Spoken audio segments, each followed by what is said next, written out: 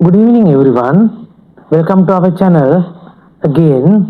Today, also, we are going to do a lesson on how to write an essay.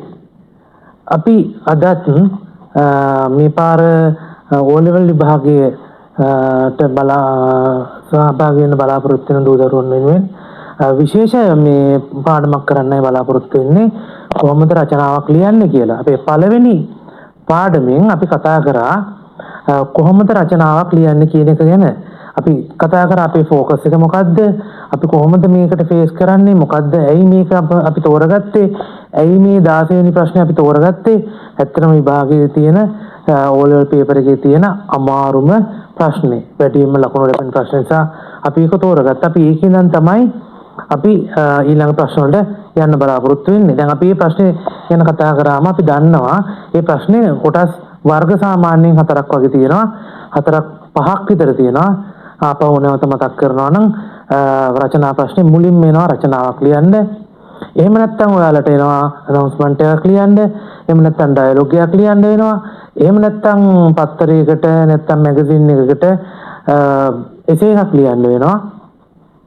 එහෙමත් නැත්නම් ඔයාලට සිද්ධ වෙන ස්ටෝරි එකක් බිල්ඩ් අප් කරන්න. ඔය වගේ කාරණා 5ක් විතර තමයි හැමදාම ඔයාලගේ පේපර් එකේ 16 වෙනි ප්‍රශ්නේ විදියට එන්නේ. ඔක කොටස් 4ක් වෙනවා ගොඩක් වෙලාවට. අපි ඒකෙන් කලින් දවසේ අපි කතා කරා කොහොමද රචනාවක් ලියන්නේ කියන කාරණාව. අපි ඒකෙදි කතා කරා කොහොමද පේපර් එකට ලකුණු වෙන් කරලා තියෙන ප්‍රශ්න වලට. ඊළඟට අපි කතා කරා ඒකේ අමාරුම ප්‍රශ්න වෙන 16 වෙනි ප්‍රශ්නය රචනා ප්‍රශ්නය. ඒකට ලකුණු කීයක් එනවද? ඊළඟට ඒකට මොන ක්‍රයිටීරියා යටතේද ලකුණු ලබා දෙන්නේ? අපි කතා කරා ක්‍රයිටීරියාස් 4ක් තියෙනවා කිව්වා. අපි කිව්වා content, language, mechanics and organization කියලා ක්‍රයිටීරියා 4ක් නැත්නම් නිර්ණායක 4ක් යටතේ ලකුණු ලබා දෙනවා කියලා. ලකුණු 15. ඒ 15න් content එකට ලකුණු 5යි. ඊට පස්සේ language එකට ඔයාලට ලකුණු 5යි. mechanics වලට ලකුණු 2යි. සහ organization වලට ලකුණු 3යි. ඔය විදිහට තමයි අපි කතා කරේ. සමාන mechanics වලට ලකුණු 3යි, organization වලට ලකුණු 2යි. ඔය විදිහට තමයි අපි කතා කරේ.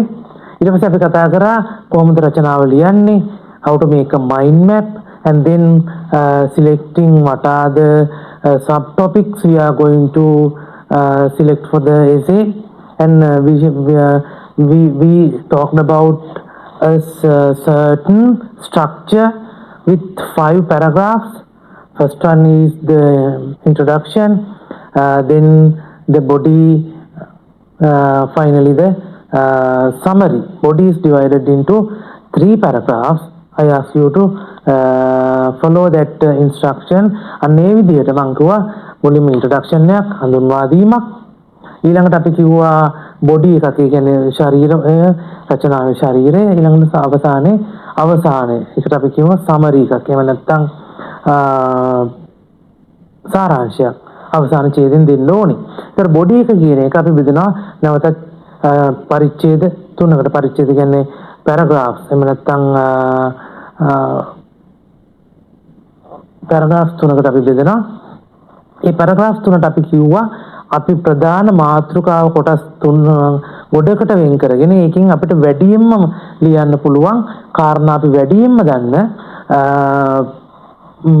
උපමාතෘකා 3 තමයි අර මේ බොඩි එකේ පැරග්‍රාෆ් 1 2 3 විදිහට අපි යොදාගන්නේ. ඊට පස්සේ ඉතුරු වෙන ඒවා තියෙනවානේ. ඉතුරු සබ් ටොපික්ස් ටික එකතු කරලා ටිකක් අපි දාගන්නවා ඉන්ට්‍රොඩක්ෂන් එකට. ඊට පස්සේ ඒ ටික ඔක්කොම එකතු කරලා පොඩි සමරියක් හදාගෙන අවසාන ඡේදයේ විදිහට අපි අවසන් කරනවා. ඉතින් ওই කාරණා ටික අපි පළවෙනි අපේ වැඩසටහනේ අපි සඳහන් කරලා තියෙනවා.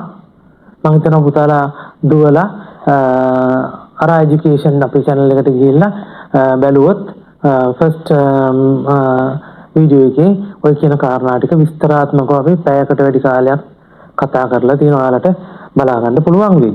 ඉතින් අද මගේ බලාපොරොත්තුව කලින් කරපු එකේ අපිට තව විස්තර කරන්න බැරි වෙච්ච තව පොඩි කාරණා කීපයක් හඳුන්වලා දීලා අපි දැන් කතා කරපු 16 වෙනි ප්‍රශ්නේ අපි කතා කරපු 16 වෙනි ප්‍රශ්නේ තව වැදගත්ම කාරණාවක් වැදගත්ම වර්ගය අපි කියවනේ සාමාන්‍යයෙන් 16 වෙනි ප්‍රශ්නේ වර්ග 5ක විතර දේවල් එනවා කියලා අපි නැවතත් මතක් කරොත් එහෙම රචනාවක් එනවා announcement එකක් එනවා ආටිකල් එකක් එනවා ඩයලොග් එකක් එනවා ඊට අමතරව ස්ටෝරි එකක් බිල්ඩ් අප් කරන්න එනවා ඕකෙන් මම නම් රචනාව ලියන්නේ මම නම් මේ පාර O level ලියන්නේ මම ආවොත් අනිවාර්යයෙන්ම තෝරගන්න එක ගැන තමයි අද කතා කරන්නේ මොකද ලේසියෙන්ම ලකුණු ලබා ගන්න පුළුවන් the easiest thing නිසා මම කියවන කලිනුත් අපි පළවෙනි වැඩසටහනේදී කියා දුන්නා වගේම අපි මේ කරන්නෙම මේ ඔයාලා වෙනුවෙන් අපි මේ පාර O level අපොස සාමාන්‍ය පෙළ ලියන දූ දරුවන් වෙනුවෙන්මයි මේ වැඩසටහන් කරන්නේ ඒකනොත් අපි ටාගට් කරන්නේ සාමාන්‍ය ලකුණු 50 40 අතරේ වගේ ඉන්න දරුවන්ව කොහොමද ගොඩ දාන්නේ කියලා. ඉතින් ඒ නිසා ඔයාලා බලන්න අතර මේ අදහසත් මට ආවේ අපේ මගේ පාසලේ මම උගන්වන 11 D පන්තියේ ළමයින්ට අපි හොඳ වැඩසටහන් ටිකක් දිගටම කරගෙන ආවා මුළු අවුරුද්ද පුරාම ඒගොල්ලන් එක්ක ප්‍රශ්න පත්‍ර කතා කරලා මොඩල් පේපර්ස් කරලා නමුත් මේ මායතකදී ඇති වෙච්ච ප්‍රශ්නත් එක්ක අපිට බැරි වුණා ඒගොල්ලොත් එක්ක එකට ඉන්න. ඒ කියන්නේ ඒගොල්ලන්ව අපි ගෙනාවු වේගෙන් ගෙනියන්න බැරි වුණා නිවාඩු ලැබුණා දරුවෝ එහෙම විසිරුණා. ඉතින් අපිත් එක්ක තිබිච්ච සම්බන්ධතාවයේ පොඩක් බිඳ වැටුණා. ඉතින් ඒක කරන්න දෙයක් නැහැ. ඒගොල්ලන්ට දෙන්න පුළුවන් මට මගේ පැත්තෙන් දෙන්න පුළුවන් ඉහෙළම උදව්ව කරන්න තමයි අපි මේ අලුත් channel එකක් පටන් ගත්තේ. ඉතින් මම වැඩිදුර කල්පනා කරද්දී හිතුණා ඇයි මගේ පාසලේ දරුවන්ට විතරක් සමස්ත ලංකාවේම දරුවන්ට මේ දේ දෙන්න ඕනි. ඒ නිසා තමයි අපි මේ YouTube channel එකක් කරා මේ දේවල් නොමිලේ ඔබට ලබා දෙන්න උත්සාහ කරන්නේ. ඉතින් ඒකත් මතක් කරන්න ඕනේ. හොඳයි එහෙනම් අපි දැන් යන් කලින් පාඩමේ අපිට තව විස්තර කරන්න තියෙන පුංචි කාරණා ටිකක් නැවතත් මතක් කරන්න. මම හිතනවා පළවෙනි පාඩමේ මට බැරි වුණා ඒ කාරණා ටික ගොඩක් විස්තර කරන්න. ඒ නිසා සරල වෙනනම් අපි බලමු මේක අපි කෙටියෙන් කතා කරලා අපි වැදගත් අද අපි කතා කරන්න යන මාතෘකාවට ඊළඟට යන්න. හොඳයි එහෙනම් අපි මම හිතනවා ඔයාලට මතකද දන්නේ අපි එදා ගත්ත මාතෘකාව තමයි my country. කලින් දවසේ මේ පාඩමට සහභාගී වෙන්න බැරි වෙච්ච දරුවෙක් දැරියක් ඉන්නවා නම් මම මේ නැවත මතක් කරන එක හොඳට බලා ගන්න මම වැඩි වෙලාවක් ගන්නෙ නැහැ. We call this type of a diagram spirogram. Or we can call it a mind map. අපි මේකට කියනවා ස්පයිඩෝග්‍රෑම් එකක් කියලා නෙමෙයි නැත්නම් මයින්ඩ් මැප් එකක් කියලා කියනවා. ඒකට හේතුව තමයි මේක නිකන් ඇන්දට පස්සේ ඔයාලට තේරෙයි ස්පයිඩර් කෙනෙක්ගේ පෙනුම තියෙන්නේ. ඉතින් අපි මොකද කරන්න යන්නේ? මතක් කරන්න මම ඉක්මනටම කරනවා මේක. My country is the main topic. So if you are going to write an essay, you have to divide the main topic into several subtopics. දැන් අපි කතා කරපුවා වගේ ඔයාලා රචනාවක් ලියද්දී අනිවාර්යයෙන්ම මේකේ පළවෙනි එක විදිහට ඔයාලා මෙන්න මේ කියන එක තියෙන්න ඕනේ.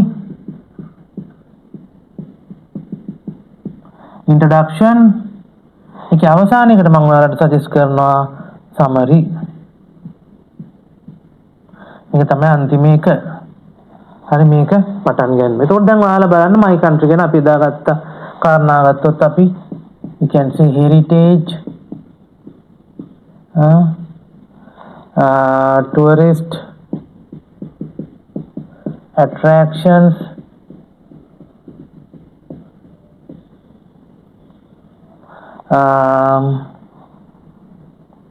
what else economy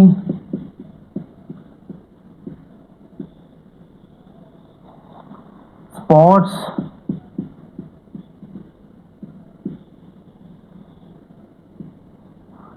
location මේ පොඩ කලින් එන්න ඕනේ දැන් මතක් වුණේ location ප්‍රශ්නයක් නැහැ ඔයාලත් එහෙම ඔයාලට මතක් වෙන විදිහට ඒක තැන් තැන් වලින් දාගන්න ගැටලුවක් නැහැ location තමයි මොනවද අපි දාන්නේ මේකට අපි දාමු මොනවද අපේ රට ගැන තව කියන්න තියෙන්නේ?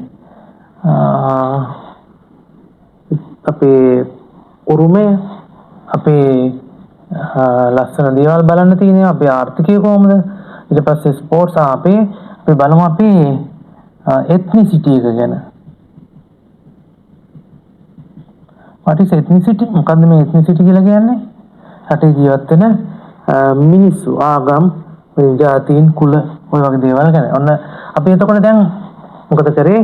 ප්‍රධාන මාතෘකාව උපමාතෘකා විශාල ප්‍රමාණයකට බෙදාගත්තා. දැන් අපි එදත් කරේ මතක් කරගන්න මේක ඊට පස්සේ අපි තව කුඩා මාතෘකා විශාල සංඛ්‍යාවකට වෙන් කරන්න ඕනේ. දැන් මම මේක අද කරන්න ගියොත් එහෙම මම හිතනවා එදා පාඩම තමයි ආපහු වෙන්නේ. ඒ නිසා ටිකක් බෝරින් වෙන්න පුළුවන්.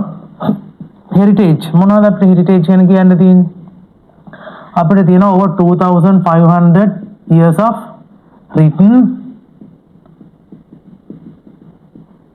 history එකක් තියෙනවා. වෙන රටවල් වලට නැහැ. We have that. So we have ruined cities. තියෙනනේ Anuradhapura, Polonnaruwa වගේ නටබුන් නගර තියෙනවා අපිට කතා කරන්න. ancient cities. මොනවද අපේ heritage තව තියෙන්නේ? dancing. ඔයාලා දන්නා කැන්ඩියන් dancing කියන්නේ කැන්ඩියන් dancers කියන්නේ ලෝකේ විශිෂ්ටම වර්ගයේ dancers ලා වගේක්. ඒගොල්ලන් විශිෂ්ටයි, විශේෂයි, අපේ රටට පමණක් ආවේනිකයි. ඉතින් ඒගොල්ලන් ගැන විශේෂයෙන් කතා කරනවා ලෝකෙ හැමතැනම. එතකොට තව මොනවද අපිට තියෙන heritage? තව ඕන තරම් තියෙනවා මතක් කරගන්න. tourist attractions ගන්නකො අපිට ගන්න පුළුවන් waterfalls. අන්ට එක්මනින් කරන waterfalls. what else? game reserves.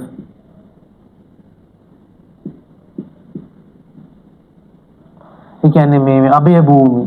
ඊට පස්සේ අපිට ගන්න පුළුවන් forests. මහා සිංහරාජ වගේ ඒවා. ඊට පස්සේ අපි ගත්තොත් එහෙම beaches. ලංකාවේ තියෙන ලස්සන මූදු වෙරළවල්. තව ඕන දේවල් දාගන්න. ඉකොනොමි ගැන මොනවද අපිට කතා කරන්න පුළුවන්? අපේ number 1 ඉකොනොමි එක කාලයක් garments වෙලා තිබ්බා. ඊට පස්සේ තිබ්බා tea, coconut and rubber. දැන් ඔකෙන් ඉතුරුලා තියෙනවා මම දැන් tea විතරයි. ඊට පස්සේ foreign labor.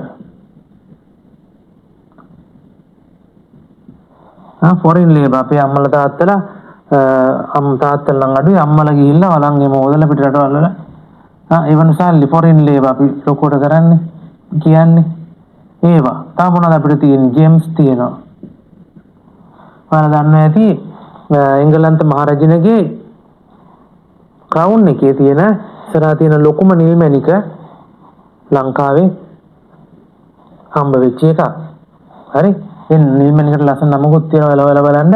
ඒකත් ලංකාවෙන් ගෙනිච්ච එකක්. ඉතින් අපිට ආඩම්බරෙන් කියන්න පුළුවන් ඉකොනොමි. ජේම්ස් තාම මොනවද අපිට තියෙන්නේ? ඉකොනොමි එකට ස්පයිසස් තියෙනවා. ඉස්සර මේ you may have heard about Columbus. Columbus ඇමරිකාව හොයාගත්තා. කොලම්බස් ඇමරිකාව හොයාගත්තා. ඇත්තටම එයාට හොයාගන්න ඕනේ ඇමරිකාව නෙවෙයි. එයා ගියේ ඉන්දියාව හොයාගෙන. එයා ඉන්දියාවට ගියේ. එයා ගියේ මොනවා හොයාගෙනද? කුරුඳු හොයන් ගියේ. කුරුඳු තියෙන්නේ හොඳ මේවා ලංකාවේ. ඒකට එයා කුරුඳු හොයාගෙන ගියේ. එයා ගිහලා ගොඩ බැස්ස තැන එයා හිතුවා මේක තමයි ඉන්දියාව කියලා. ඊට පස්සේ ඇමරිකාවට ගොඩ බැහැලා එයා ඒක හඳුන්වනවා ඉන්දියාව කියලා. ඒ නිසා තමයි ඉන්දියාවේ අයට රෙඩ් ඉන්ඩියන්ස් කියලා තාමත් නම් කරන්නේ. ඇත්තට මේගොල්ලෝ ඉන්දියන් සම්භාවයක් තියෙන කට්ටිය නෙවෙයි. හරි? ඔන්න ස්පයිසස් ඒ කාලේ කොච්චර දියුණු වෙලා තිබ්බද? අදටත් තාමත් තියෙනවා ලෝකේ තියෙන හොඳම සිනමන්. ඒ කියන්නේ කුරුඳු. ලෝකේ හොඳම කුරුඳු, හොඳම තේ ඇත්තටම අපේ රටේ තියෙන. හොඳම නිල්මැණික් ඕනම දෙයක හොඳම ගත්තොත් එහෙම අපේ රටේ තමයි ওই හොඳම දේවල් ඔක්කොම වගේ තියෙන්නේ. ඒක ස්පයිසස්. තාම මොනවද ඉකොනොමි ගැන කතා කරන්නේ? ඔයාලා බලන්න තාම මතක් වෙන දේවල්. ස්පෝර්ට්ස් ගැන කිව්වම නම් ලංකාවේ number 1 එකේ තියෙන ක්‍රිකට්. ඊට පස්සේ තාම මොනවද තියෙන්නේ? ස්ප්‍රින්ටිං තියෙනවා. දුවන ඒවා. සුපුන් නබේ කොන්නේ මින්නේ. තරුෂි කරුණාරත්න ස්පෝර්ට්ස්. ඊට පස්සේ රන්සිලු කියලා අපේ බර උස්සන සහෝදරයෙක් ඉන්නවා. වේට් ලිෆ්ටිං තා මතක් කරලා ලියා ගන්න. ලොකේෂන් කොහෙද? අපි ඉන්නේ ඉන්දියන් ඕෂන් එකේ. නේද? ඉන්දියානු කියන මෙන්න මේ ආපු සබ් කොන්ටිනන්ට් එකේ යටින් මෙන්න මේම චූටියට නිකන් කඳුළු බින්දුවක් වගේ අපි ඉන්නවා. This is Indian Ocean. ඉතින් ඉන්දියන් සාගරය. මේ වගේ එකට අපි කියනවා මොකක්ද කියලාද ළමයි? සබ් කොන්ටිනන්ට්. සබ් කොන්ටිනන්ට්. සබ්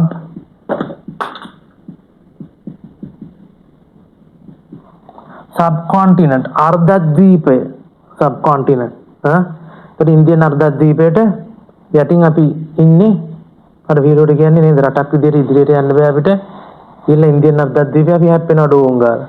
ඒ නිසා මේ එක මතක තියාගන්න මේ අපි ඔන්න ඔය රචනා ලියද්දී ඕන වෙන අමාරු වචනයක් සබ්කොන්ටිනන්ට් අර්ධද්වීපය.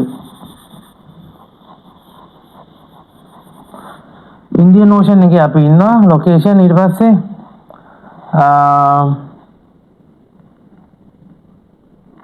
පස්සේ එත්නිසිටි මොනවද ලියන්නේ? සිංහල. ටැමිල්ස්ලා ඉන්නවා.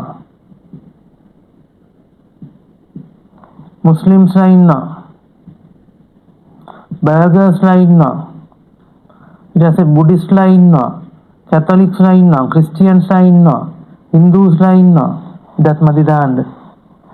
ඔය විදිහට දැන් ඔයාලට පේනවා මෙන්න මේ වගේ ස්කෙච් එකක් අපි ගහ ගන්නවා එසේ එකක් ලියද්දී. ඔයාලට තේරෙන්නේ නැති වෙනසක් අපි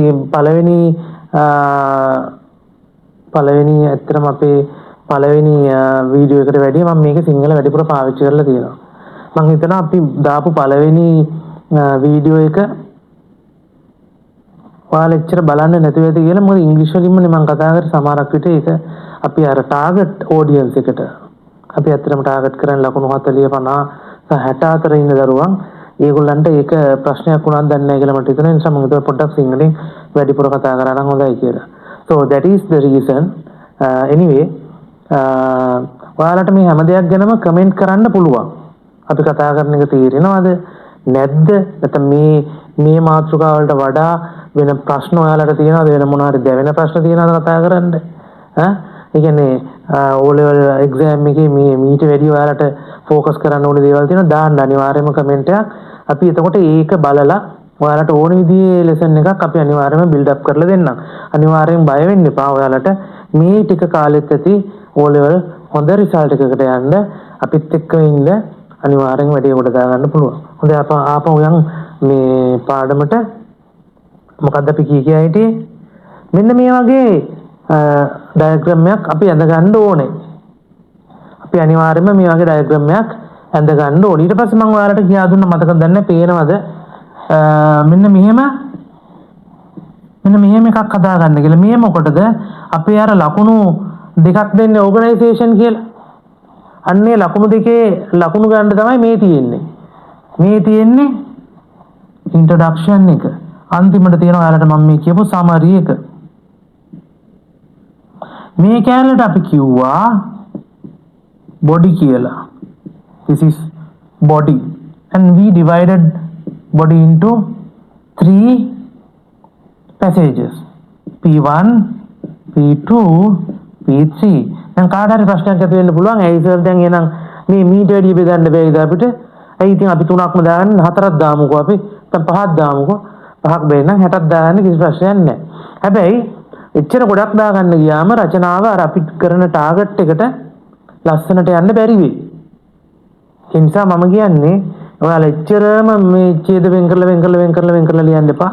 ලස්සනට මේ වගේ ඡේද 5කට යන්න මේ දෙකට වැඩියෙන් වචන දිය වෙන්නේ නැහැ. මේ ටික වැඩිපුර දික් කරලා ලියන්න.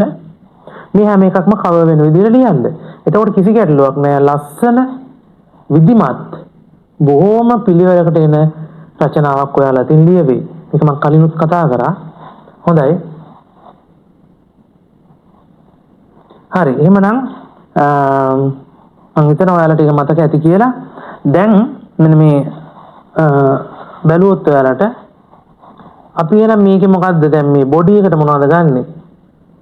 අපි යදාගත්ත මෙන්න එකක් තමයි ඉකොනොමි කියන එක. ඉකොනොමි කියන එක අපිට කතා කරන්න පුළුවන් සෑහෙන්න. හරි? ඊට පස්සේ මේ ටුවරිස්ට් ඇට්‍රැක්ෂන්ස් ගැන කතා කරන්න දේවල් අපිට ඇති තරම් තියෙනවා. හරි? ඊට පස්සේ අපි මොනවද ගන්නෙ? මොනවද ඔයාලා ගන්නවා නම් ගන්නෙ? එත්නිසිටි. මට හිතෙනවා ටුවරිස්ට් ඇට්‍රැක්ෂන් එකයි හෙරිටේජ් එක ටිකක් එකට යනවා වගේ. මේ දෙක කලවමේ දාමු අපි P2 එකට. this one P1 කියලා ගමු. P2. this is also P2. P3 එකට මොකද්ද ගන්නෙ?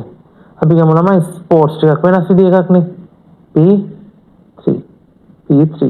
ඉතින් මෙයා ඕනේ නැද්ද? අනේ ඕනේ. මේ ලොකේෂන් දාන්න ඉන්ට්‍රොඩක්ෂන් එකට. අපි එදා ඉඳන් දන්න එකනේ මොකද්ද? ශ්‍රී ලංකාව යනු දූපතකි. වර්ග කිලෝමීටර 65610. දැන් නම් මම හිතන්නේ ඊට වඩා වැඩි වෙලා. පෝට් සිටි එක හදුවට පස්සේ මේ මම හිතන්නේ ඊට වඩා වැඩි වෙලා. ඒක ඔයාලා හොයලා බලන්න. හරි? ඒක. ඊට පස්සේ මේක පිරලා තියෙන්නේ ඉන්දියන් සාගරේ. ඉන්දියානු මහද්වීපයට පහළින්. ওই කාරණා ටිකනේ ඉතින් ඉන්ට්‍රොඩක්ෂන් එකට දාන්න ඕනේ. ඊට පස්සේ ඒකටම දාන්න පුළුවන් මොකද්ද? එත්නිසිටි. ශ්‍රී ලංකාවේ සිංහල ද්‍රවිඩ මුස්ලිම් බර්ගර් ජනයා ජීවත් වන අතර ඔව් සිංහලෙන් කියන්නේ මම ඉංග්‍රීසි වලට ලියන්න ඕනේ. there are several people, several ethnic groups living in Sri Lanka. Buddhists, Burghers, Sinhalese, Catholics, Hindus and Muslims. ඔය වගේ ලියන්න ඕනේ අපි බලමු මේක. ඒ විදිහට ලියන්න. එතකොට ඒක ඉන්ට්‍රොඩක්ෂන් එකට යනවා. හරි. ලොකේෂන් එත්නිසිටි මේවා අපිට දාන්න පුළුවන් ඉන්ට්‍රොඩක්ෂන් එකට. මොනවද එතකොට ඔයාලා සමරි එකට ලියන්නේ? සමරි එක ගැන කියද්දී මතක තියාගන්න මෙන්න මේක වැදගත් හරියට සමරි. මම මෙන්න මේ කාරණා දෙකක් විශේෂයෙන් ලියනවා. ඒක මතක තියාගන්න ඔයාලා. මෙන්න මේ දෙක මේ විදිහට තමයි මම නම් ඔයාලා essay එක end up කරනවට කැමති. You have to do like this. එකක් තමයි what you feel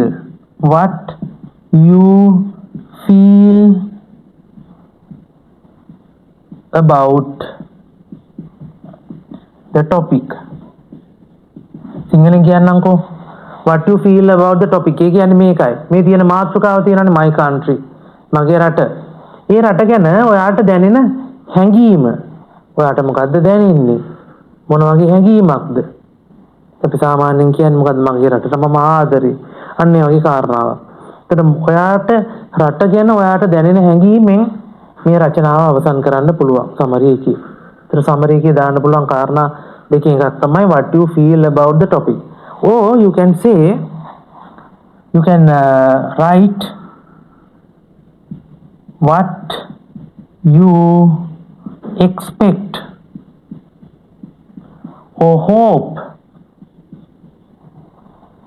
about the topic. ඒ කියන්නේ මෙහෙම එකක්. ඔයාලා මොනවද මේ ප්‍රධාන මාතෘකාවද මේක හැටියට නම් my country කියන මාතෘකාවට ඔයා මොකද්ද ප්‍රාර්ථනා කරන්නේ? දැන් පළවෙනි එකේ තියෙන ඔයාට ඒක ගැන දැනෙන හැඟීම. එක්ක ඔයාට ඒක ලියන්න පුළුවන්. එහෙම නැත්නම් ඔයාලා ලියන්න පුළුවන් මේක අවසන් කරන්න මගේ රට වෙනුවෙන් මම කරන ප්‍රාර්ථනාව. අපි නිකන් ගත්තොත් එහෙම ෆීලිං එක ගත්තොත් මගේ රට තමයි ලෝකෙන් උතුම්ම ශ්‍රේෂ්ඨතම රට. එහෙම ලියන්න පුළුවන්. එහෙම නැත්නම් ඔයාට ලියන්න පුළුවන් මගේ රට මේ පවත් වෙලා තියෙන අවාසනාවන්ත. එහෙම නැත්නම් අපි ඉන්න මේ දුක්ඛිත තත්ත්වය අපි ඇත්තටම සෑහෙන දුප්පත්නේ. නේද? මේ දුප්පත් තත්ත්වයෙන් මිදිලා හොඳ ඉහළ මට්ටමේ සමාජ මට්ටමක් අධ්‍යාපන මට්ටමක් තියෙන සුන්දර රටක්. කොහොමත් රට සුන්දරයි දියුණු රටක් බවට පත් වෙන්න කියලා ප්‍රාර්ථනා කරන්න පුළුවන්. ඔන්න ඔය විදිහ දෙකකින් එකකින් ඔයා රචනාව අවසන් කරනවා නම් මේ විදිහට ඔයා මේ විධිමත්ව ලියනවා නම් මේ වගේ ස්ට්‍රක්චර් එකකට අනුව වැඩ කරනවා නම් මං හිතනවා ඔයාට ලකුණු 15න් අඩුම ලකුණු 10ට වැඩියෙන් ලකුණු ප්‍රමාණයක් ගන්න පුළුවන්. 15න් 10ට වඩා වැඩි ලකුණු ප්‍රමාණයක් ගන්න පුළුවන්. ඒ නිසා මං කියන්නේ මට මේ විදිහට ලියලා බලන්න. හොඳයි. දැන් මං තව පොඩි දේවල් ටිකක් කියන්නම්. අතරම මේ කාරණා ඔක්කොම පරණ කතන්දර. නැවත මතක් කිරීම. So just a recap. It's a recap. But I think I should remind it again. මේක ආපහු මතක් කරා කියලා පාඩුවක් වෙන්නේ නැහැ මට හිතෙන විදිහට. මොකද අපේ දරුවෝ අමාරුම ප්‍රශ්නේ මේ විදිහට නැවත මතක් කරගන්න. දැන් මේකේ තව කාරණා ටිකක් තියෙනවා කියන්න. හොඳයි. දැන් අපි මේ විස්තර ඔක්කොම දන්නවනේ. මේ විස්තර ඔක්කොම දන්නවා. අපි දැන් නිකම්මට ලියනවා නම් පළවෙනි නිකන් අපි ලියලා බලමු පළවෙනි ඡේදය. පළවෙනි ඡේදෙට අපි මොනවද ලියනවා කියන්නේ ඉන්ට්‍රොඩක්ෂන් එක. පළවෙනි ඡේදෙට අපි ලියන්නේ ඉන්ට්‍රොඩක්ෂන් එක. දැන් ඔයාලට මතක නැත්නම් ආපහු මම මතක් කරන්නම්. ඔයාගේ එසේ එකේ අපි කිව්වා සාමාන්‍යයෙන් වචන 200ක් ලියන්න ඕනි කියලා. ඒකට අපි කිව්වා ඔයාලා සාමාන්‍යයෙන් එක රූලක ලියන්න වචන 6ක් 8ක් අතර ප්‍රමාණයක්. You just write about 6 to 8 words in a line given in a exam paper. exam එකට දෙන paper එකක මේ sheet එකක ඔයා ලියන්නේ එක රූලක සාමාන්‍යයෙන් වචන 6ක් උපරිම 8ක් වගේ ප්‍රමාණයක්. ඉතින් ගණන් හදලා බැලුවාම සාමාන්‍යයෙන් වචන 200ක් ලියන්න ගියාම ඔයාට සිද්ධ වෙනවා මේ පිටුවකුයි තව පිටුවකින් භාගයක් විතර ලියන්න මේ හිතේ තියාගෙන ඉන්න. නැත්නම් ඔයාලට රචනාව ලියනකොට රචනාව ලියලා 1 2 3යි කිය වචන ගණන් කර කර ඉන්න ගියොත් එහෙම අපරාධ වෙලාව නාස්ති වෙලා යයි. වචන ගණන් කරනවා කියන එක එච්චර සාර්ථක ක්‍රමයක් නෙවෙයි. මේකට සෑහෙන වෙලාවක් යයි. නිසා ඒක කරන්න එපා. ඔයා දල වශයෙන් හිතේ තියාගෙන ඉන්න කොච්චර පිටු ප්‍රමාණයක් ලියවෙන්න ඕනද කියලා. ඒතකොට මේක මෙන්න මේ අඩුම ගානේ පිටු එකමාරක්. පිටු එකමාරක් කියන්නේ මේ පැති එකමාරක් ලියවෙන්න ඕනේ ඔයාගේ රචනාව සාර්ථක වෙන්න නම් කියන අවශ්‍ය ප්‍රමාණය. If you want to get all the marks on content එකට ලකුණු 5ක් ලැබෙනවා. If you are going to get all the marks for the content, you should write at least 1.5 sheets. So remember that. ඒක මතක තියාගන්න ඒක. එතකොට මේ ලියන එකේ තව පුංචි ටෙක්නික්ස් දෙක තුනක් කියා දෙන්න යන්නේ මම. අපි පළවෙනි ඡේදේ දැන් උන පටන් ගන්නවා. උන අපි මාතෘකාව ලියමු කොහොමද අපි නිකන් ලියන්නේ? My country. කියලා හිතන්නකො my country. හරි. ඔන්න අපි දැන් පටන් ගත්තා my country. මොකද්ද අපි ලියන්නේ අපි සාමාන්‍යයෙන් දන්න විදිහට my දැන් අපි මේ කියා දෙන්නේ උපරිම දක්ෂ ළමයින්ට නෙවෙයි. S එකක් C එකක් අතර ඉන්න ළමයින්ට. ඒතකොට ඔයාලා මම කියා දුන්නා try කරන්න හැම වෙලෙම grammatically correct sentence. You should try to write grammatically correct sentences with at least 5 words per sentence. ඒ කියන්නේ වාක්‍යයකට වචන 5ක්වත් නිවැරදිව තියෙන grammatically ව්‍යාකරණානුකූලව නිවැරදි වාක්‍ය 5ක්වත් ලියන්න ඔයා try කරන්න ඕනේ. එහෙම ලියුවොත් අඩුම ගානේ ලකුණු 4ක් ලැබෙනවා. ඒ නිසා මතක තියාගන්න. එහෙනම් අපි ලියමු ටිකක් සරලව ලියමු. දිග වාක්‍ය ඕනෙත් නැහැ, කොට වාක්‍ය ඕනෙත් නැහැ. අපි ලියමු වචන 5න් එහා වාක්‍ය කීපයක්. My country කොහොමද අපි ලියන්නේ? My country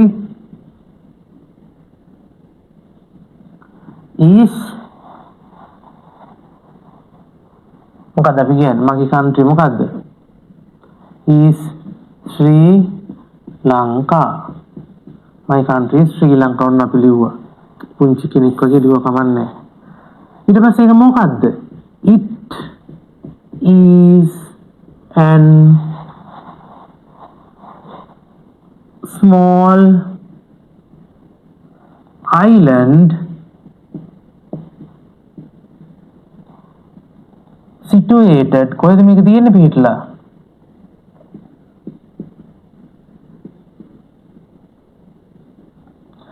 situated in Indian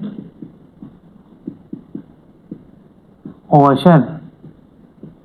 අපි මේ වාක්‍ය දෙකක් ලිව්වා. My country is Sri Lanka. It is an small island situated in Indian Ocean. ඉතින් අපි ලියන අර පරණයා මතක් වෙනවා. It is about අපි හරියටම කියන්න බෑ. It's about 65,610 square kilometers in area. මොකක්ද ඒ කිව්වේ? ඒක වර්ග සැතපුම් වර්ග කිලෝමීටර් 65,610කින් පමණ ඒරියා එකක්. ඒ කියන්නේ වර්ගඵලයකින් යුතු භූමියක්. ඉතින් ඔය විදිහට ඔයාලා ලියන්න මෙහෙම. මේකේ තව දේවල් ලියන්න ඔයාලට ලියා ගන්න පුළුවන්. ලියලා try කරන්න. ලියලා ඉවරලා අපිට අපි WhatsApp number එක ඕනනම් දාලා තියන්න WhatsApp කරන්න. එතකොට පුළුවන් මට අඩුපාඩු හොයලා දෙන්න. එහෙම නැත්නම් අපිට ඔයාලා කමෙන්ට් එකක් දාන්න මොකක් හරි තියෙනවද ගැටලුවක් කියලා. එතකොට ඒ ටික නැවත වෙනම සාකච්ඡා කරන්නත් පුළුවන්. හොඳයි. දැන් එතකොට මේ ඔයාලගේ ස්ක්‍රීන් එකේ වැටෙයි WhatsApp number එක. ඒකට ඔයාලට පුළුවන් WhatsApp message එකක් දාන්න. එතකොට තව දුරටත් ඔයාලට වෙනම ඉන්ඩිවිජුවලි සපෝට් එකක් ඕන නම් ඒක දෙන්නත් පුළුවන්. හොඳයි. මතක ඇතුව ඒක කරන්න. හරි. එහෙනම් මේ විදිහට ඔයාලා ටික විස්තර ටිකක් ලියන්න පුළුවන්. මේක නෙමෙයි දැන් මම කියන්න යන්නේ. දැන් මේ විදිහට ඔයාලා විස්තර ලියාගෙන ආවනේ පළවෙනි ඡේදය. මොකද්ද මේකට අපි කියන්නේ? introduction. introduction එකේ ඔයාලා මෙහෙම විස්තර ටිකක් ලියනවා. හරි. ලියලා ඉවර වෙලා මේකේ අන්තිම වාක්‍ය මේ ඡේදයේ එන අන්තිම වාක්‍යයට අපි නමක් කියනවා. නමින් නම් වැඩක් නැහැ. නමුත් නිකන් මතක තියාගන්න නමක් කියන අපි ඒකට කියනවා thesis statement. මොකද්ද? thesis statement. බය වෙන්න එපා. ඕක විභාගෙදී අහන්නේ thesis statement එක කියන්නේ මොකක්ද කියලා නිකන් දැනගෙන හිටියම ඇති. මොකක්ද ඒක?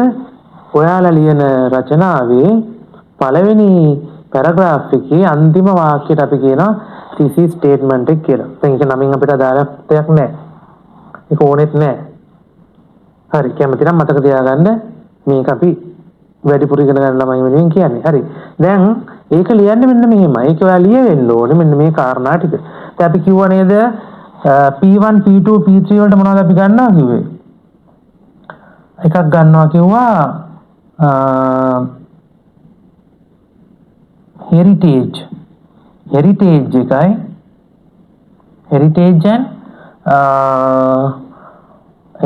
and tourist attractions එකකට ගන්නවා කිව්වා. Next one we told to get economy. We were planning to describe economy in Sri Lanka.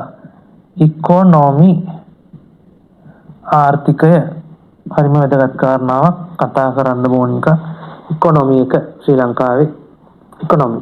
So the last one or the P3 it is about sports. ඔන්න ඔය කතා කරනවා කියපු කාරණා sports. ඔය තුනනේ දැන් අපි මේ body එකේ P1 P2 P3 කියලා කතා කරන්න යන්නේ. හොඳයි. අන්න ඒක අපි ලියන්න ඕනේ මේ එන්න මෙහෙම. අවසාන වාක්‍යෙද මේ විස්තර ටික මෙහෙම ලියලා තව විස්තර ටිකක් ලියලා ඔයා ලියනවා in this essay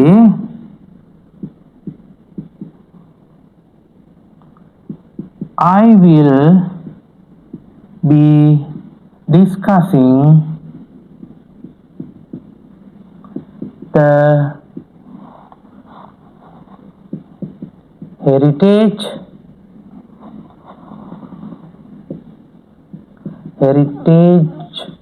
and tourist attractions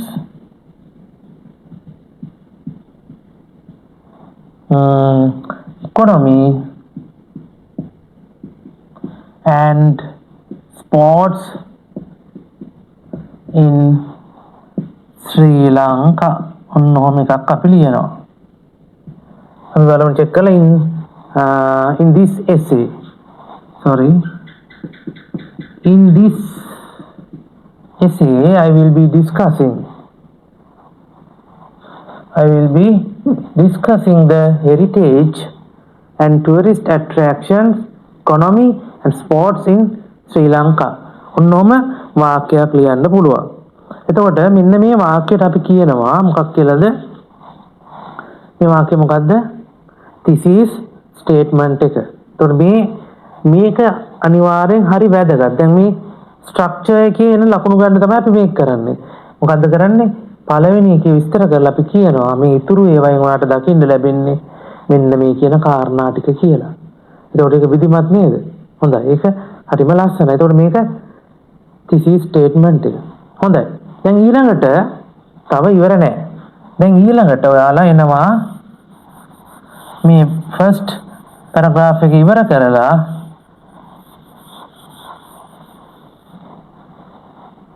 introduction එක ඉවර කරලා you comes to P1 of the body of the essay.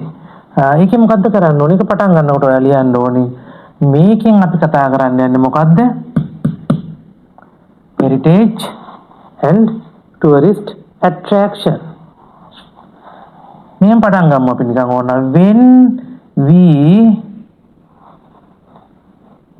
when we explore about the heritage and the tourist attractions of Sri Lanka. කියන ඔහොම ලියාගෙන යන්න පුළුවන් මේ වාක්‍ය පටන් ගන්න විදිය. මේකට අපි කියනවා ළමයි introductory sentence. What is the name for this? Introductory sentence. හඳුන්වා දීමේ වාක්‍ය. මේවා නම් වැදගත් නෑ. ඒවට කියන නම් වැදගත් නෑ. ඔයාලා කරන්න ඕනේ මේක පාවිච්චි කරන එක විතරයි. නම වැඩක් නෑ. එහෙනම් මතකනේ. එවනම් මේ වගේ ඒවා කීයක් එන්න ඕනේද? එසේකට. අඩුම ගානේ. මේ වගේ ඒවා 3ක් එන්න ඕනේ 3ක්. දැන් මේ P1 එකට ලියනවා මෙහෙම. ඊට පස්සේ P2 එකට ලියනවා අපි මේකේ විස්තර කරන්න යන්නේ මොකක්ද අපි කිව්වේ?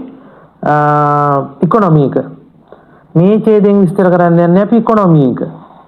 ඊළඟට අපි කියනවා ශ්‍රී ලංකාවේ ක්‍රීඩා ගැන තමයි අපි මේ ඡේදයෙන් කතා කරන්න යන්නේ. ඔන්න ඔය විදිහට ලියාගෙන ගියා නම් ඔයාලගේ රචනාවෙන් අනිවාර්යයෙන්ම ලකුණු 15න් 12ක් 13ක් ස්කෝර් කරන්න පුළුවන්.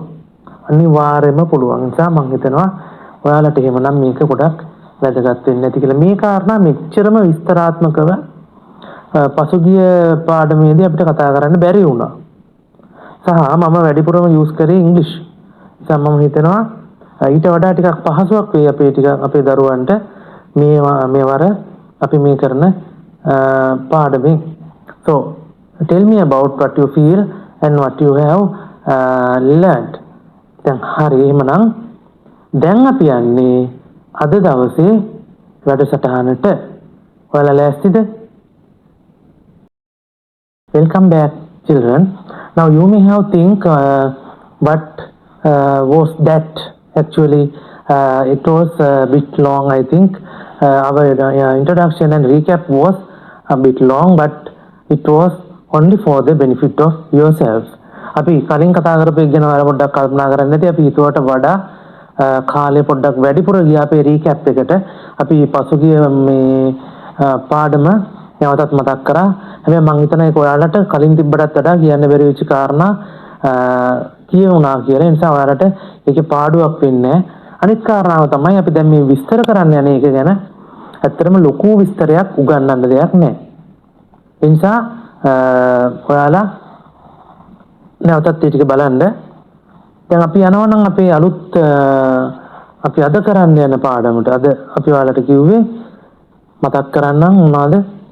essay එකක තියෙන කොටස් තමයි essay what are the components of question number 16 you have to write an essay. At times you have to write an announcement, a dialogue, a story, and also an article to a magazine or a newspaper. ඔය කියන පහ ඔයාලට එනවා අනිවාර්යෙන්ම. හැබැයි මේ මම දැන් අද තෝරගත්ත එක මම මේක තෝරගත්තෙම මේක තමයි මම නම් විභාගෙ ලියනවා නම් ලියන්න තෝරගන්න එක. ඔයාලට සජෙස්ට් කරන්නෙත් ඇවිල්ලා තියෙනවා නම් විභාගෙට මේක හැමදාම එන්නේ නැහැ. අවුරුදු දෙකකට සැරයක් වගේ තමයි එන්නේ. හැබැයි ආවොත් ඒක ඔයාගේ වාසනාව. ආවොත් ඔයා මේක අනිවාර්යෙන් තෝරගන්න. මේක තමයි essay එක නැත්නම් question number 16 එක කොට දාන්න තියෙන ලේසිම පහසුම අත්‍තරම කියනවා ඒක හරි විනෝදාත්මක වැඩක් කරන්න පුළුවන් එක. අපි බලමු මොකක්ද කියලා. ඒක තමයි building up a story. දැන් building up a story කිව්වම දැන් ඔයාලා දැක්කා මේ අපි කලින් කතා කරා ලොකු විස්තරයක්. How to make a spirogram, then making that chart including 5 paragraphs. නේද? අපි කතා කරානේ ස්පයිඩෝග්‍රෑම් එකක් ගැන, ඡේද පහක ස්ට්‍රක්චර් එකක් ගැන කතා කරා. ඊට පස්සේ thesis statement එකක් ගැන කිව්වා. ඊළඟට අපි කතා කරා එක එක ඡේදේ පටන් ගන්නකොට introductory sentence එකක් දෙන්න කියලා. සෑහෙන්න වැඩ ගොඩක්. ඊළඟ දේ තමයි essay එකක් ලියද්දී ඒකේ තියෙන්න ඕන accountability එකක්. ඒ කියන්නේ මේ essay එකට ඔයාලට දාන්න පුළුවන් මාතෘකාවක් ආව. දැන් ශ්‍රී ලංකාවම ගන්නකො අපි ගත්ත උදාහරණේ. When we talk about Sri Lanka, you can't say lies about Sri Lanka. දැන් අපි දන්නවා ශ්‍රී ලංකාවේ වර්ගපරය වර්ග කිලෝමීටර 65610ක් පමණ වෙනවා. ඔයාලට කියන්න බෑනේ වර්ග කිලෝමීටර 1,25,000ක් ශ්‍රී ලංකාව විශාලයි කියලා. එහෙම කියන්න බෑ. එතකොට ඔයා මේ කරුණ දැනගෙන ඉන්න වෙනවා ඔයාට. You have to find the facts and you have to give the correct facts. ඔයාට බොරු කියන්න බෑ. ඔයාට කියන්න බෑ ශ්‍රී ලංකාවේ උසම කන්ද එවරස්ට් කන්ද කියලා කියන්න බෑ. ඔයාට කියන්න බෑ ශ්‍රී ලංකාවේ ජේසුතුමා බිහි වුණා. ශ්‍රී ලංකාවේ මැදින් නයිල් ගඟ ගලාගෙන යනවා වගේ ඒවා කියන්න බෑ. හේතුව තමයි එimhe කිව්වොත් ඔයාට අනිවාර්යෙන් ඔයා කොච්චර grammatically correct sentences ලියලා තිබ්බත් ඔයාගේ ලකුණු කපලා දානවා මාතෘකාවට අදාළ නැහැ කියලා. ඒ නිසා එහෙම පොඩි risk එකක් තියෙනවා අර වගේ එකක් ගත්තම.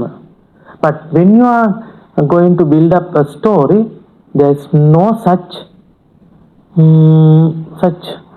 what do you call that? No such අපි හිතමු නිකන් අවදානමක් කියන no such things. ඒ වගේ අවදානමක් ඔයාට එන්නේ නැහැ. ඔයා අවුල් වෙන්නෙත් නැහැ. ඔයාට තියෙන්න ඕනේ එකම එක දේ තමයි you have to have a kind of creativity. ඔයාට තියෙන්න ඕනේ නිර්මාණශීලී හැකියාවක්. එච්චරයි. ඉතින් මේ ශ්‍රී ලංකාව ගත්තම අපි දන්නවා හරිම නිර්මාණශීලී මිනිස්සු ඉන්න රටක්නේ නේද? අපි දන්නවා අපි හැමදාම කරන්නේ එක එක්කෙනාට කතා හදන එක. දැන් අපි ගමක ගත්තත් ගමකට අලුතෙන් පකුලක් ආවොත් වටේම එකතු වෙලා ඒගොල්ලන්ට කතන්දර හදනවා. ඉස්කෝලේට අලුතෙන් ළමයෙක් ආවොත් එයාට කතන්දර හදනවා. අපිට හරි පුරුදුයි කතන්දර හදලා අපි හරි දක්ෂයි ජාතියක් විදිහට කතා හදන්න. ඉතින් අන්නේ හැකියාව අපිට පුළුවන් මෙතෙන්දි ප්‍රයෝජනෙට ගන්න. මේක තියෙන්නේ කතා හදන්න. මම ඔයාලට උදව්වක් විදිහට ප්‍රශ්නයක් තෝරගත්තා. අපි නිකමට බලන්න if you have a past paper පොතක් තියෙනවා නම්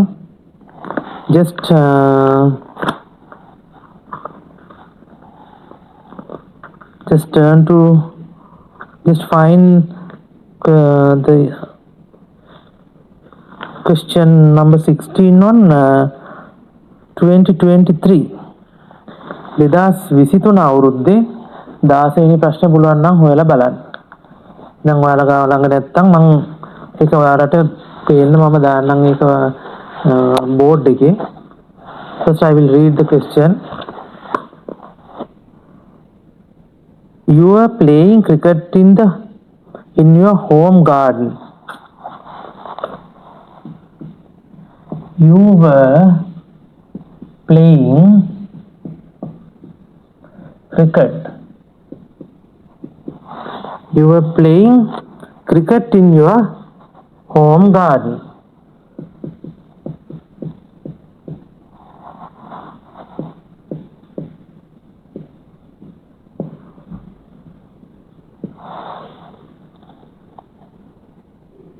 With your friends garden, with your friends, with your friends, and accidentally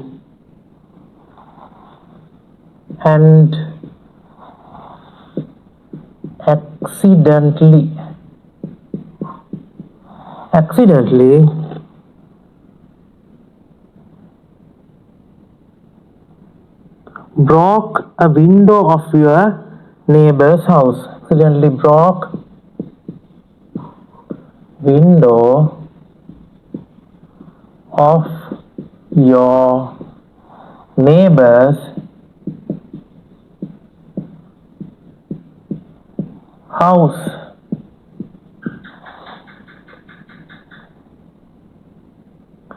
Your neighbor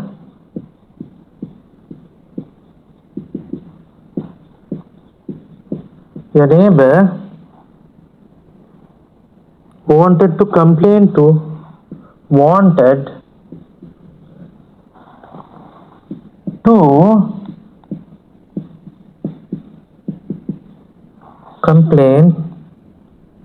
your parents.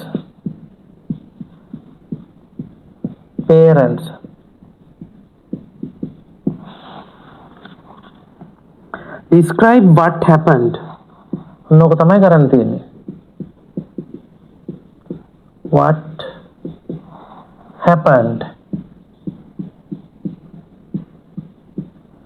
Describe what happened and how you apologized.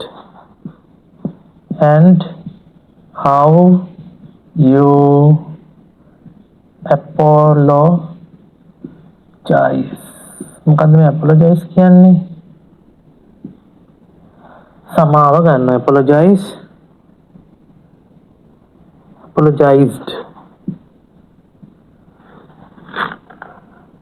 Your neighbor and solve the problem. Your neighbor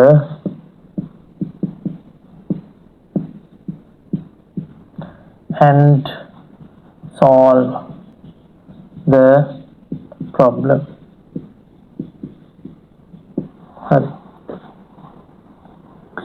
Now this is the question. This question is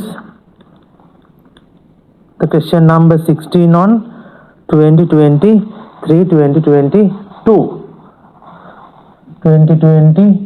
2023 එකේ question number 16. Okay. තව පුංචි කාරණාවක් මතක් කරන්න ඕනේ. දැන් ඔයාලට time management එක ගැන පොඩ්ඩක් කියා දෙන්න බැරි වුණා.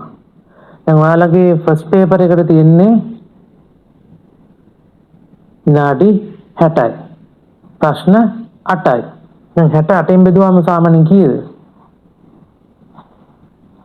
68 වරක් 8 වරක් 40යි 8 වරක් 6 48යි 8 වරක් 7 54යි 8 වරක් 7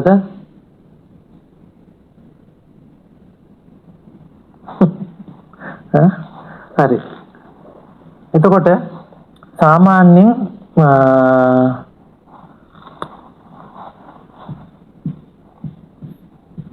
කීයක් තියෙද?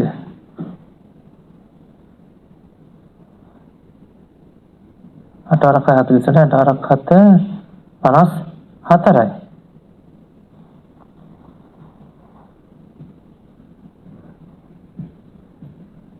sorry 56යි.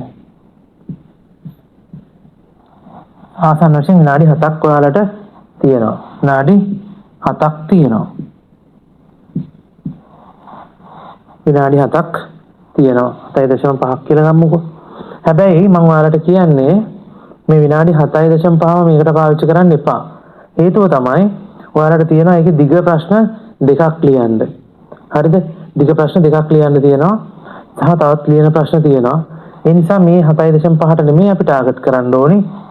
ෆස්ට් පේපර් එකේ මේ ෆස්ට් පේපර් එක ගැන අපි කතා කරන්නේ පේපර් 1 එක. මේක ඔයා එක ප්‍රශ්නයකට විනාඩි 5ක් ගන්න. එක ප්‍රශ්නයක් විනාඩි 5කින් ඉවර කරන්න පුරුදු වෙන්න. එතකොට ඔයාට පේපර් එක කියව ගන්න වෙලාවත් නැවත හරි වැරදි බලන්න වෙලාවත් ඉතුරු වෙනවා. ඒක මතක තියාගන්න. ඒ වගේම පේපර් 2 එකේ පේපර් 2 මේකට තියෙනවා පැය දෙකක්. ඒ කියන්නේ 120 minutes තියෙනවා. ඒකත් අර විදිහටම ප්‍රශ්න 8යි. ඉතින් පැය දෙකක් තියෙනවා නම් ප්‍රශ්න තියෙන්නේ 8යි නම් ඒක ප්‍රශ්නකට විනාඩි 15ක් තියෙනවා. විනාඩි 15ක් තියෙනවා. නමුත් මම ඔයාලට කියන්නේ විනාඩි 15ක් ගන්න එපා හැම ප්‍රශ්නයකටම. එසේ ක්වෙස්චන් එක තියෙනවා, ඊළඟට ක්වෙස්චන් නම්බර් 10 එක තියෙනවා, පැරග්‍රාෆ් එකක් හදන්න බාර් ග්‍රාෆ් එකක් නැත්නම් පයි chart එකක් ඩිස්ක්‍රයිබ් කරන්න. ඒවට වෙලාව ගොඩක් යනවා. ඊළඟට ඔයාලට තව ප්‍රශ්නයක් තියෙනවා රීඩින් ක්වෙස්චන් එකක්. ඒකටත් වෙලාව ගොඩක් යන ප්‍රශ්නයක්. ඒ නිසා එක එක ප්‍රශ්න වලට එක එක විදිහට තමයි වෙලාව තියාගන්න ඕනේ. මම ඔයාලට කියන්නේ ඔයාලා මේක විනාඩි 30න් 25න් 30න් වගේ ගොඩ දාගන්න. මේ ප්‍රශ්න විනාඩි 25ක් සහ 30ක් ඇතුළත ලියන්න උත්සාහ කරන්න ඕන. එතකොට අපි එහෙනම් මෙන්න මේකට සාමාන්‍යයෙන් අපි පරිම වෙලාව වැය කරන්නේ essay question එකට පරිම වැය කරන්නේ 30 minutes. ඊළඟ දෙයක් කියන්න ඕනේ තව කාරණාවක්. දැන් අපි කිව්වොත් එහෙම දැන් අපි ෆස්ට් පේපර් එකේ එක ප්‍රශ්නකට අපි දාලා තියෙන්නේ විනාඩි 5යි. දැන් ඔයා විනාඩි කොහොමද දැන් මේක කරන්න පටන් ගන්නෙ? පේපර් එකේ පළවෙනි ප්‍රශ්නේ ඉඳන් පිළිවෙලට කරනවද? මං කියන්නේ එහෙම කරන්න එපා. ඔයා පේපර් එක කියවන්න මුලින්ම ගත්තම කියවලා ලේසි ප්‍රශ්නයක් අහුවෙන්නේ. පළවෙනි එක බලනවා තේරෙන්නේ නැහැ. එහෙනම් ඒක අතෑරියා. දෙවෙනි එකට ගියා. දෙවෙනි එක බලනවා ඒකත් තේරෙන්නේ නැහැ. එහෙනම් ගියා තුන්වෙනි එකට අන්න තේරෙනවා. එහෙනම් ඒක කරන්න ඕනේ ඉස්සෙල්ලම ඔයා කරන්නේ ලේසිම ප්‍රශ්නේ. හරිද? ලේසිම ප්‍රශ්නේ අන්තිම එක නම් ඒකෙන් පටන් ගන්න. අන්තිම එක කරන්න. ලේසිම ප්‍රශ්නේ තමයි ඉස්සෙල්ලම කරන්නේ. ඔයාට එතකොට ඒක තියෙනවා මේ මනෝවිද්‍යාත්මක නැත්තම් සයිකොලොජිකල් ඇඩ්වාන්ටේජ් එකක් තියෙනවා. ඒකක් තමයි ඔයා දන්නවා දැන් මේ ප්‍රශ්නේ හරි කියලා. ප්‍රශ්නේ හරි කියලා දැම්මම ඔයාට ලොකු කොන්ෆිඩන්ස් එකක් එනවා ඊළඟ ප්‍රශ්නෙට ෆේස් කරන්න. ඒක. ඊළඟට ඒ කොන්ෆිඩන්ස් එකත් එක්ක ඊළඟ ප්‍රශ්න වලට වඩාත් යහපත් උත්තර ලියා ගන්න, ඉක්මනට ලියා ගන්න ඔයාට හැකියාවක් ලැබෙනවා. එහෙම නැත්නම් ඔයා එක ප්‍රශ්නයක වටේ කැරකි හිටියොත් සමස්ත පේපර් එකම ගොඩ දාගන්න වෙන්නේ. මතක තියාගන්න ලේසි ප්‍රශ්න තමයි අපේ ටාගට් එක. ලේසි ප්‍රශ්න ලිව්වා ඊළඟට ලේසි ප්‍රශ්න තමයි යන්නේ. ඒක මතක තියාගන්න. මේකත් එහෙමයි. දැන් තව කාරණාවක්. අපි හිතමුකෝ තියෙන ටික ඔක්කොම අමාරුයි වගේ නම් ඔයා මොකද කරන්නේ? එහෙම නැත්නම් ඔයා ලියන්න ගත්ත ලේසි ප්‍රශ්නේ ෆස්ට් එකේ අපි දෙන්නේ විනාඩි 5යිනේ. විනාඩි 5ට වඩා වැඩියෙන් යනවා. ලියනවාද ඒක? නෑ. ඔයා විනාඩි 5 ඉවර වෙන්න යනවා. ටක් ගාලා ඒක අයින් කරන්න ඕනේ. ඒක එහෙම්ම තියුවා. ඔයාලට ඇති වෙන්න කොළ දෙනවා මේ විභාගෙදී කොළ අවශ්‍ය නෑ ෆස්ට් පේපර් එකට.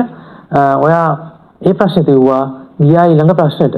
විනාඩි 5ට වැඩි එක තප්පරයක්වත් අපි පළවෙනි වටේ ඒක වෙනුවෙන් වැය කරන්නේ නෑ. විනාඩි 5යි. විනාඩි 5 ඉවර වෙනකොට කරගන්න බැරි නම් ටක් ගාලා ඊළඟ ප්‍රශ්නෙට ගියා. ඒ ප්‍රශ්නේ කරනවා. ඒ ප්‍රශ්නේ පුළුවන් වුණොත් එහෙම ඊළඟ ප්‍රශ්නෙට යනවා. හරිද? එහෙමයි කරන්නේ. ඒ ප්‍රශ්නෙත් ඔයාලට විනාඩි 5 ඉවර වෙනකොට කරගන්න බැයි නම් ඔයා අනිවාර්යෙන් ඊළඟ ප්‍රශ්නෙට යන්න ඕන එක මතක තියාගන්න. එහෙම නැත්නම් ඔයා ලියන්නේ ප්‍රශ්න 2 3යි විභාගේ. ඔය කියන්නේ හරි වැදගත්. හරිද? ඒ නිසා මතක තියාගන්න. මේකත් එහෙමයි. මේකෙත් ඔයා උපරිම ලියන්න ඕනේ විනාඩි 30ක් ඇතුළත. විනාඩි 30ක් ඇතුළත මේක ලියන්න ඕනේ. ලියලා කියවලා ආපහු හරි වැරදි බලන්නත් ඕනේ. එහෙමනම් දැන් අපි බලමු මේක කොහොමද ගොඩ දාගන්නේ කියලා. දැන් මේකේ අපි අර කලින් කියපු කාරණා මුකුත් නැහැ. මට නම් පේන්නේ නැහැ. ස්පයිඩෝග්‍රෑම් එකක් හැදීමේ හැකියාවක් තියනවාද? මොකද්ද කියන්නේ? You were playing cricket in your home garden with your friends. හරි? ඔයාගේ ගෙදර යාළුවොත් එක්ක ක්‍රිකට් සෙල්ලම් කර හිටියා. and accidentally broke a window of your neighbor's house. හරි. හරි. අපේ ගෙදරත් ඉන්න වගේ જાතියට බලලා හරි ඇදලා ඇරියාම මොකද්ද වෙන්නේ නැත්තේ? accidentally broke a window of your neighbor's house. අල්ලපු ගෙදර එක්කෙනාගේ ජනේලෙන් හරි. ඒකෙන් චකබ්ලාස් වෙලා ගියා. දැන් neighbor මොකද වුනේ? neighbor දැන් නැට්ටටම කේන්ති යන්නේ නැති. your neighbor wanted to complain to your parents. එයාට දැන් ඔයාගේ දෙමව්පියන්ට එයාට කියන්න ඕනේ මේක. දැන් එයාට හොඳටම කේන්ති කියලා තියෙනවා.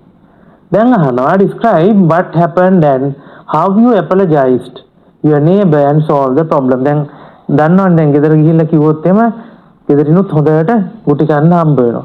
එහෙනම් ඔයා කොහොමද neighborව shape කරගත්තේ? සහ එයාගෙන් සමාව ගත්තේ? දෙමව්පියන් ගාවට මේ ප්‍රශ්න දුරදි කියන්නේ නැතුව මේ ගැටලුව විසඳගත්තේ කොහොමද කියන එක තමයි ඔයාලට මේ ස්ටෝරිය ඇතුලේ බිල්ඩ් අප් කරන්න වෙන්නේ. ඉතින් මේකේ ඔයාලට පුළුවන් ද මේ ස්පයිඩෝග්‍රෑම් එකක් හදන්න? මොකක්ද අපි හදන්නේ? ටිකක් අමාරුයි. හැබැයි මේකෙත් ඔයාලට ඕන නම් පුළුවන් අර කලින් කිව්වා වගේම ඉන්ට්‍රොඩක්ෂන් එක සහ සමරි එකක් නම් ගන්න පුළුවන් වෙයි. ඉතුරු ඒවා ඕනම් problem, how did I solve it වගේ එකක් ගන්න පුළුවන් වෙයි. මේක අර වගේ මේ අපි කලින් කතා කරපු essay එකක වගේ මේක පිළිවෙලකට එහෙම ගොඩනගන්න පුළුවන් කාරණාවක් නෙවෙයි. මේක ආපෝ කැලි කැලි වලට බෙදන්න අරවා මේවා ඒවා මේකේ කරන්න බෑ. හැබැයි ඔයා පුංචි දැන් අනිත් එක තමයි ඔයාලට තියෙන තව පොඩි challenge එකක්. මොකද්ද? You have to cover 200 words. 200 to 220 words. එතකොට ඒක ප්‍රශ්නයක්. දැන් ඔයාලට කියන්න බෑනේ ජනේලේ බින්දා ඊට පස්සේ අල්ලපු ගෙදර අංකල් ආවා බැනගෙන ආවා මං එයා ගාවට ගිහිල්ලා වැන්දා එයා ඕකේ කිව්වා හරි එහෙනම් එතනින් ඔක්කොම ටටා බායි කියලා හරි ගියා යන්න එහෙම මේක ලියන්න බෑ වචන 220ක් ලියෙන්නත් ඕනේ අන්න ඒ නිසා ඔයාගේ නිර්මාණාත්මක හැකියාව දැන් මතක් කරගන්නකො ඔයා ගෙදරදී මේ වගේ පකෝඩි වැඩක් කරාම මොන වගේ පෑනක්ද ගහන්නේ මොන වගේ පච හැලි ටිකක් කියනවද ඈ අපි ගෙදරින් නැයනම් කිය මන් දන්නේ මන් දැක්කේ නෑ අල්ලපු ගෙදර එක තමයි බින්දින්න ඇත්තේ. යාම විදගෙන අපි වල්ලනවා. එහෙම කියන්නේ ඉඳ තියෙනවා. ඔයාලා මොකද්ද කරන්නේ? ඊට එදී වෙන මොකක් හරි හොඳ ක්‍රමවේදයක් තියෙනවද? මතක් කරලා බලන්න. දැන් කොහොම හරි මේක ගොඩ දාගන්න මොකක් හරි සිස්ටම් එකක් තියෙන්න ඕනේ. මොකද්ද නිකන් හිතන්නේ? දැන් මේක හිතා ගන්නත් ඔයාලට මං හිතන්නේ විනාඩි 5ක්වත් යයි. මොකද්ද මෙහෙම කරේ මොනවද කරේ? මොකද්ද අපි කරේ?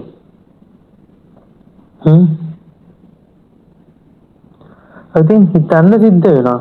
You have to use your creativity.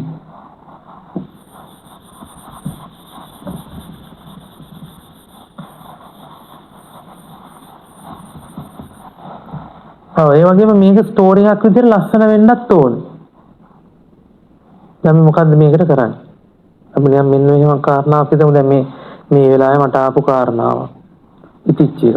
දැන් මේ ඔයාලා දැන් ශ්‍රී ලංකාවේ ඉන්න ඉස්සෙල්ලා ඔයාලා ස්ටෝරි එක හදාගන්න. ශ්‍රී ලංකාවේ ඉන්නවා. අපි යාළුවෝ ටික උන්නන් ටික උද්දාම ඕනනම් පසන් නුවන් වගේ ඔන්නම යාළුවෝ උන්නන් ටික උද්දාගෙන තව හරි අපි දාම් කුමාර් එතකොට තව ඉක්බාල් හරි මොනවාරි ඔන්නම නම් ටිකක් දාලා මේ සෙට් එකත් එක තමයි ශ්‍රී ලංකාවේ ඉන්නේ. ඉතින් විස්තර කරන් යනවා. මේව ඔයා අපි නිකන් ගමු එහෙම එකක්. එදා සිකුරාදා දවසක් මම සිංහලෙන් කියන්නේ. සිකුරාදා දවසක්. හවස අපිට මැත්ස් ක්ලාස් තිබ්බා. තිබ්බා. හැබැයි වෙලාවට සර් ලෙඩ වෙලා කියලා සර් අපිට මැසේජ් එකක් එව්වා. අද මට එන්න විදියක් නැහැ. ඒ නිසා අද ක්ලාසස් නැහැ කියලා. දැන් ඒ නිසා ඔයාටයි ඔයාගේ යාළුවෝ සෙට් එකටයි අර අපි නම කියපු chance එකක් හම්බ වුණා. එදා දවසේ හවස ඔයාලගේ ඊවිනිං එක එන්ජොයි කරන්න. ඔයා සජෙස්ට් කරා ඔයාගේ යාළුවන්ට යන් අපේ ගෙදර කියලා ගහමු ක්‍රිකට් කියලා යෝජනා කරා. එයාගේ යාළුවොත් කැමති වුණා ඒකට. යාළුවෝ 4-5 දෙනා පන් ටික දාන්න ගෙදර ආවා. දැන් ඇවිල්ලා ඔයාලා මොකද කරන්නේ? මේ ආපු ගමන් ගෙදර තිබිච්ච මොනවා හරි කෑවා. දැන් කට්ටියත් එක්ක සෙල්ලම් කරනවා. හරි? සෙල්ලම් කරනවා. සෙල්ලම් කරද්දී බෝලයක් හොයන් ආවා. දැන් ඔයාලා ක්‍රිකට් ගහනවා. ඊට පස්සේ හොඳට සෙල්ලම් කරගෙන යනවා. මෙහෙම කරන අතර වාරේ හදිස්සියම ඔයාගේ යාළුවෙක් ගහපු බෝලෙට බෝලෙ ගිහලා වදිනවා. යා විතර අංකල්ලාගේ ජනේලෙ කුඩු. ජනේලෙ කුඩු වෙලා යනවා. එක්කනේ ඩස්ට් එකක් වැටුණා. ජනේලෙ කුඩු වෙනවා. එතකොට ඔයාලා කලබල වෙනවා. පැනික් වෙනවා. එමත් ඒවට එදා ඔයාලගේ නරක වෙලාවට අංකල් ගෙදර ඉන්නද මේ මට හිතෙනවා මේ කියන්නේ. ඔයාලා මොන හරි හිතන්නේ වගේ. ගොඩක් වෙලාවට ඒ අංකල් ඉන්නේ නැහැ ගෙදර. එයා වැඩට යනවා. අද කොහොම හරි කරුමට යන්නේ අඩුවක් දාලා ගෙදර ඉන්නවා. එයා අංකල්ට යකා නැගලා. හරි අංකල් ඇවිල්ලා බයිනවා කවුද දැන් මගේ ජනේලෙ වින්දේ කියලා කෑ ගහනවා. ඊට පස්සේ මොකක්ද අපි කරන්නේ? එතකොට ඔයාලා දැන් ගිහින් කියනවා අනේ අංකල් සමාවෙන්න අපි මේ අතින් වැරදීමක් වුණේ අපි ජනේලෙ හදලා දෙන්නම් කියලා. ඒකට අංකල්ට හොඳටම කීන්ති. දැන් මොකද කරන්නේ ඔයාලා? අංකල් කිව්වට අංකල් කියන නෑ මං කියන්න ඕන දෙපව්පියන්ට ඔයාලගේ මේ විදිහට ළමයි හදලා හරියන්නේ නැහැ. අපි ඒකවල වලට ඉන්නත් නෑ අපිට මේ හරි කරදරයක් ඔයාලා. ඒ අංකල් හොඳටම කේන්ති යනවා. දැන් අපි හිතමු අංකල් ෂේප් කරගන්න විදියක් ඇත්තෙම නෑ. ඔයාලා කියනවා ගිහිල්ලා ප්ලීඩ් කරනවා. මේ මොන එකකටවත් එයා එකඟ වෙන්නේ නෑ. He's not going to agree for anything. යතර අර ඔයගොල්ලන්ගේ යාළුවා කුමාර්ට මතක් වෙනවා මේ අංකල් මේ කලින් දවසක තව යාළුවෙක් එක්ක මේ වෙන කුමාර්ලගේ ගෙවල් පැත්තේ පාරක් අයින ඉඳගෙන මොනවා හරි එයා මේ මොනවා කියලා හිතමුකෝ මේක කුමාර් දැකලා තියෙනවා. ඊට පස්සේ අංකල් කියන්නේ මොකට මෙයා මේවා පාවිච්චි කරන්නේ නැහැ කියලා මේ මට මේ හිතන එකක්. ඒකට දැන් ඔයාලට පුළුවන් ගිහිල්ලා කියන්න කුමාර් කියන හරි මට වැඩි කොට දාගන්න පුළුවන්. මෙන්න මෙහෙම එකක් මම දැක්කම මම කියනවා අංකල් මේක මං ඇන්ටිට කියනවා. ඒ නිසා දැන් මේ ඒක කිව්වොත් අපිට මේ ප්‍රශ්නේ නැති වෙයි කියලා. ඉතින් ඔන්න ඔයාගේ මොකක් හරි එකක් ඔයාලට පුළුවන් නිකන් කතාව රහ වැටෙන්න මොකක් හරි කාරණා ටිකක් දාලා ඔයාලට කතාව කොට ගන්න. එහෙම කියන්න ගියාම අංකල් බයිනවා. පස්සේ කොහොම හරි වෙලාවට මේ කුමාරී වෙලාවේ එයාගේ යාළුවොත් එක්ක ගහපු සෙල්ෆි එක අංකල් වැටලා ඉන්නවා. අර කියන ඩ්‍රින්ක් එකත් අතේ තියාගෙන ඔයා ඒක පෙන්නනවා මේ මොබයිල් ෆෝන් එක අරගෙන එළියට. ඊට පස්සේ අංකල් බය වෙනවා. උන්න වගේ එකක් හදලා ස්ටෝරි එක අවසන් කරන්න පුළුවන්. එතකොට ඒක ඩිපෙන්ඩ් වෙන්නේ ඔයාගේ මොකක් මතද?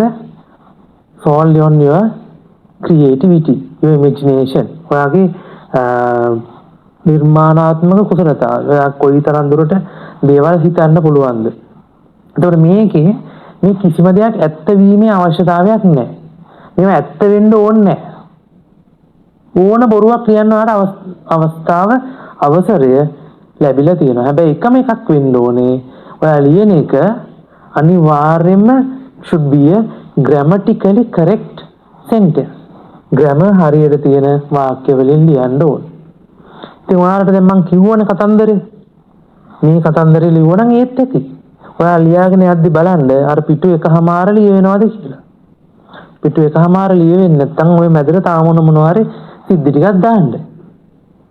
මොනවා හරි බොරු සිද්ධි ටිකක් දාන්න. වැඩක් නැහෙනි. ඒක බලන එක්කිනාට වැඩකුත් නැහැ.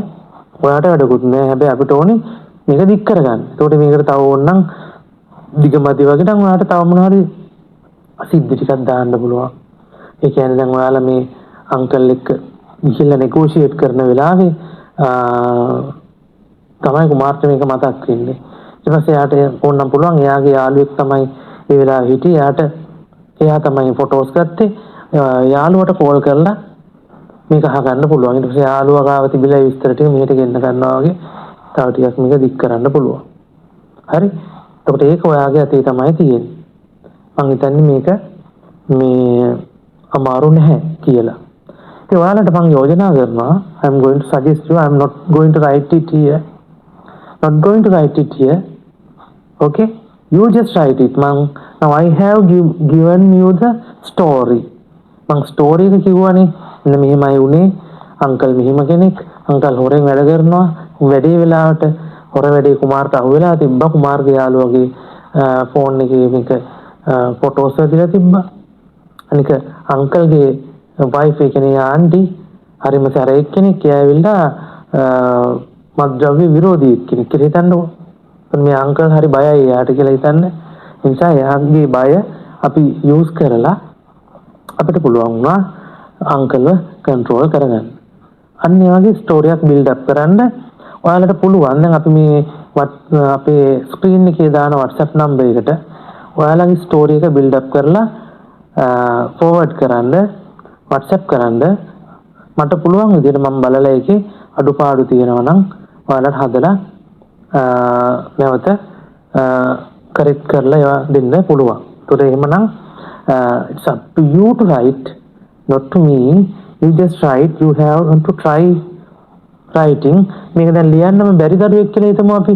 ලියන්න අමාරුයි. ඔයා පළවෙනි පාර ලියන්න. ලියලා වචන ප්‍රමාණය මැදට නැවත ලියන්න. නැවත ලියන්න මෙහෙම 100 පාරක් හරි ලියලා ඔයා ඉම්ප්‍රූව් කරගන්න. මේක වෙලාව තියලා ලියන්න. සැරින් සැරේට වෙලාව තියලා ලියන්න. පැය භාගයකට ස්ටොප් වොච් එක දාගෙන ඔයා ලියන්න. ලියලා ඔයාට සැටිස් නැත්තම් ආපහු සැරයක් පැය භාගයක ස්ටොප් වොච් එක දාගෙන නැවත ලියන්න. නැවත ලියන්න. ඔයාට වැඩි උඩ දාගන්න පුළුවන්. මේක තමයි ඔයාට question number 16 වල ලැබෙන ලේසිම පහසුම කොටස. මේක ඔයාගේ ක්‍රියේටිවිටි එක විතරමයි තියෙන්න අවශ්‍ය. මතක තියාගන්න ඔයාට මේක ලේසියෙන් කොට දාගන්න පුළුවන්. හොඳයි එහෙමනම් අද දවසේ අපි ගත්තොත් එහෙම පොඩි රීකැප් එකක් විදිහට අපේ ෆස්ට් හාෆ් එක we did